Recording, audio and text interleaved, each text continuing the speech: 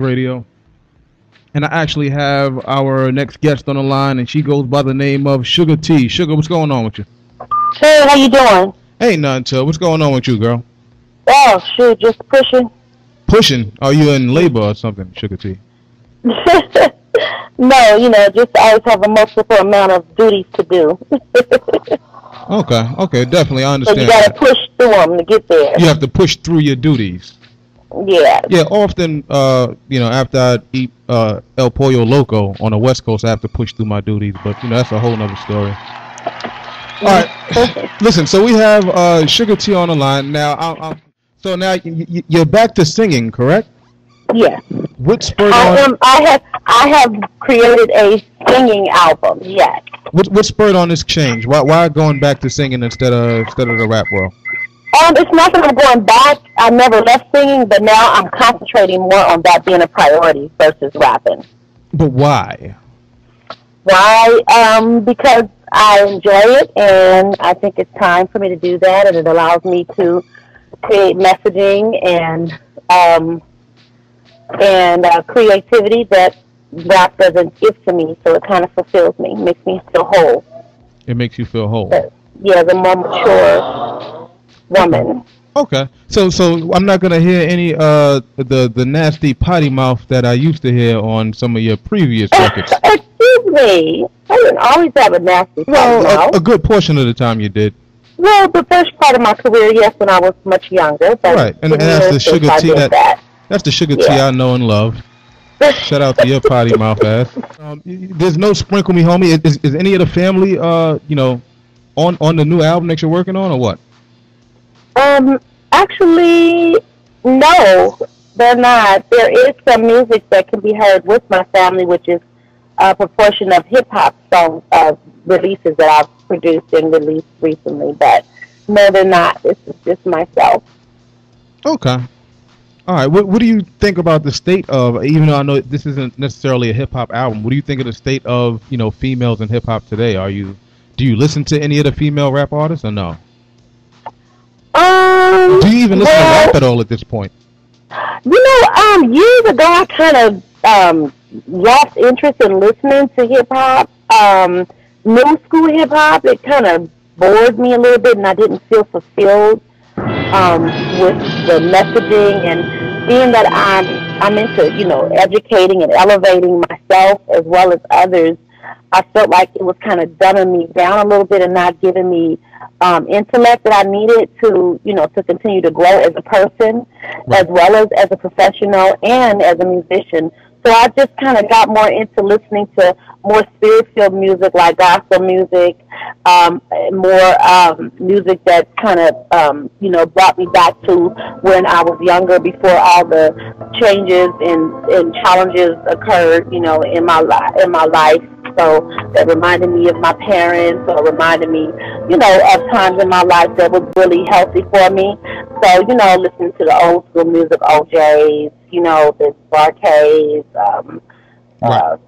Shalimar, Run DMC, and, all the different rap that, to me, that made a little bit more sense, and that was a little more light. It felt more light and not so dark. So, so I kind of got into more of a, expansion. And I've always listened to other things, but at that point, rap definitely wasn't a priority. Right. So, but I don't feel bad about it. I love, I like the fact that people that are in hip-hop, they're continuing to move forward. I don't know how their soul feels. But now, with you saying all of this, do you regret any of your past lyrics? Then, do you regret anything that you did in the past as far as musically? Oh no, not by any means at all. Matter of fact, I'm proud of it, because I don't think I would be who I am today, without experience what I've experienced in the past. And in any way am I judging any other hip hop. I just choose to elevate my mind with a little bit more than sex, drugs, violence, and alcohol and fun, because it's just so much more to life than that.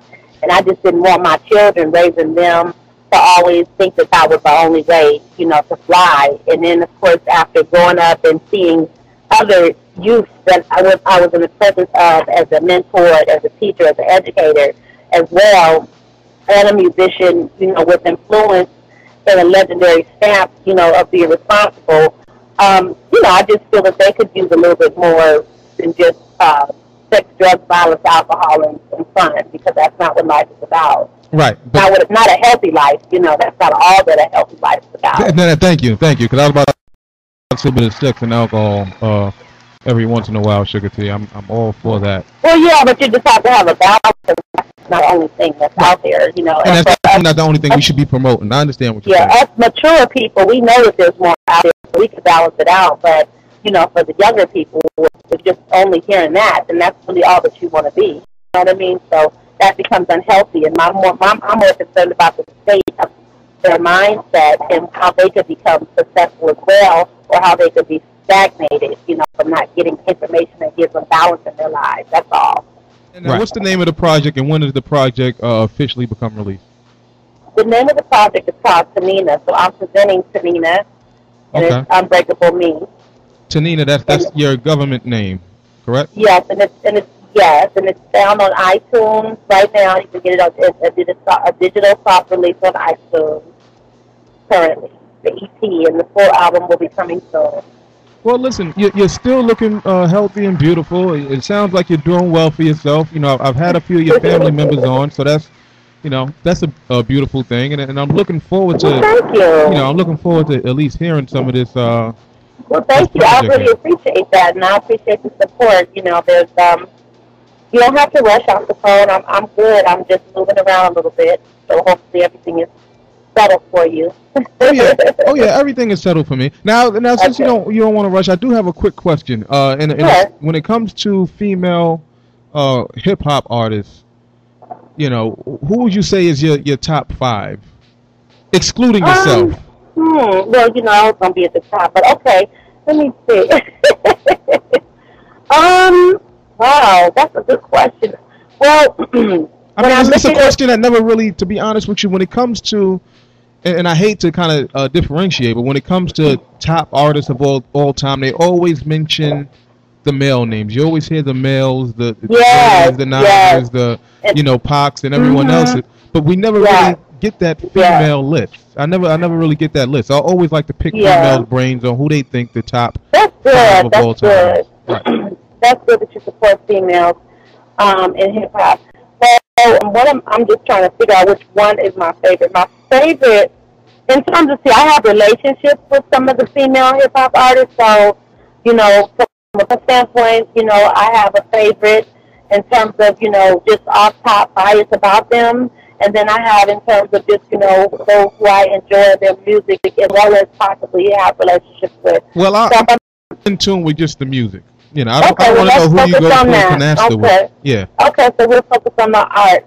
So artistically, I think I could say MC Light is probably at the top of my list. Georgie Porgy has not been topped, so MC Light, and then maybe. That's a good selection for number 1. Thank you. And then I would say that probably Salt and Pepper would be my second. Okay. I'll take your man, you know. Right. And then I'll say Roxanne Shante. Let me tell you, I sorry that how I got to be so fresh. That couldn't be top. That did something to me as a child. You think Roxanne Shante is that high on the list though? Well, just again, I don't look at the full album. I'm just kind of looking at the songs that just grabbed me that was from them. So yeah, definitely Roxanne Shante. And that's my dog too. And she's a friend of mine at the same time. But yeah. Oh, that's so sweet of you. I think she deserves to actually be ahead of Shante. But go ahead. Who's your number 5? Who you think deserves to be ahead of Shante? Latifah for sure. I'm not really a Queen Latifah fan. No. No, nothing against her personally, but no, I'm not really excited about her music. I'm more so. That was more my era. My era was more of the, it was a different sound, I guess. So, what I really enjoyed, it wasn't so conscious. You know, she seemed to be a little more conscious, I think, from the songs that I heard from her. So my favorite ones is MC Light. Who else did I say? You said MC Light, Salt and Pepper, Roxanne Shante. Roxanne Shante. I almost want to say Eve, because I even like the last one, that tambourine song. And let me see. And I think, it's a shame, but I can't really think of any West Coast favorite as far as artists. Well, yeah, I guess I could say that Yo-Yo could be one of my favorites. Yeah, Yo-Yo. You have Rage, Yo-Yo. Okay. She's my friend. Yeah, and she's my friend. Okay. And Rage is my friend. So those are really, actually I like all of them, and I shouldn't really list them out in like 5, 4, 3, 2, 1. But just all of them are good. Right. Good music that I enjoy. Interesting. I was trying to see if you was going to mention Lauryn Hill, but interesting that you. Oh, you know what? Oh my God! You know what? You almost had orgasm right there. Oh shoot! Right. How did I do that? Lauryn Hill is at the top of the list. She's number 1. She's number 1 on your list. She can't be touched. Yes, okay. Number 1, hands down. Well, I think to be honest with you, I think she's probably the most talented, but I also think she disappointed the most because. All of the things that you mentioned as far as that hamper the female artist, I think she was so anti, and she had the popularity that when she left, at the time that she left, she kind of left the game to the scavengers. That's when the Little Kims and Foxy Brown and everyone else. Well, I think that, see, this is what happens. Life happens. Oh, life You know what I mean? And there's nothing that we could do about life when it happens to us. Our personal lives, because I've been told that I left the game to the scavengers too, and I've been told that but at the end of the day, it's more important for you to have your mind, your life, your health, and your strength, and what's around you every day, versus to be jumping in front of a crowd and dealing with elements that you can get back to later. Well, that's depending. That's all depending, and that's all. I'm not in agreement with all of that right there. I am because if my daughter's sick and time is going by, I'm gonna stop and I'm gonna deal with that. Right. If she's got a surgery coming up, it's very, very critical.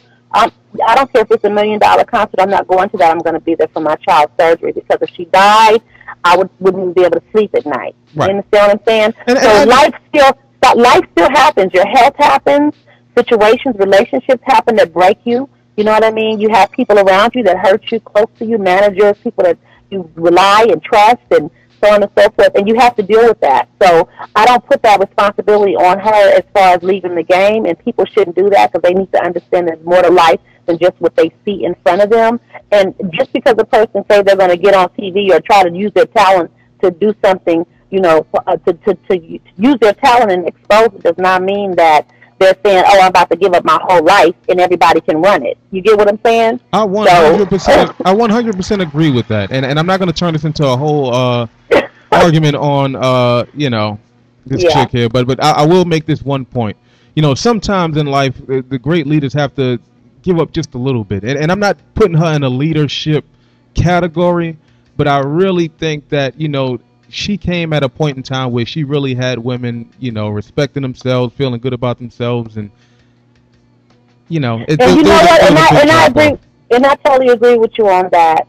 But again, and I hear what you're saying. When you put out good, do you know that bad just haunts you? When you put out good, bad just comes to destroy you. Darkness comes, and if you don't have that foundation or that support team or that power, from above inside of you strong enough, then you are fighting, and you don't care about anybody else, but you're trying to get through what you have to get through in order to be alive and be healthy for someone else. You have to be healthy for yourself. Right. You get what I'm saying? I got you. So I think the worst part of it is whoever that may have been around her, it probably could have made a better choice for her by putting her around coaches and spiritual people who were connected to light, being that she was a light to the darkness. Right. And, maybe could have given her a little bit more to work with as far as balancing things out. Because, I'm sure that she probably had no clue that she was going to end up, at the top of the game like that. Well, you know what I mean? Well, she probably just did part and wasn't prepared for the aftermath. You know what I'm saying? Let's just say what you mean. We should blame Wyclef and not her. I understand totally, Suga T. Yeah, I'm sorry. I just know a lot, and I've been around. I've seen a lot. You know what I mean? I know what happens, and I know a proportion of, what happens when you do good. You know what I mean?